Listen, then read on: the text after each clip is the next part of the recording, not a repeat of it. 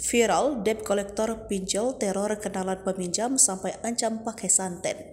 Viral di media sosial, pinjaman online alias pinjol belakang ramai dibicarakan karena banyaknya korban yang mulai melakukan hal-hal berbahaya. Salah satu perusahaan pinjol belum lama ini juga ikut terkuak dan berhasil dikuliti oleh sebagian aktivis yang peduli dengan para korban. Oknum pemberi pinjol tersebut bahkan melakukan ancaman pembunuhan kepada korbannya dengan praktik santet. Selain itu, ada juga oknum pinjol yang salah nomor ketika sedang memberikan ancaman kepada korbannya. Seperti salah satunya akun yang kerap mengusut soal pinjol adalah Partai Sosmed.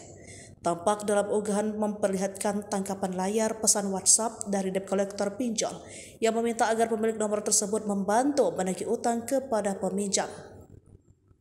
Dari pinjol duit sudah sampai mengancam pembunuhan kepada orang yang nomornya ada di HP peminjam, bukan peminjam langsung, tulis Partai Sosmed 23 September 2023. Selain itu, ada juga debt collector yang mengancam akan mengirim santet kepada pemilik nomor tersebut, padahal pemilik nomor itu bukan peminjam. Bahkan diduga pesan itu bukan diterima oleh korban pinjol, melainkan orang-orang yang memiliki nomor dari korban.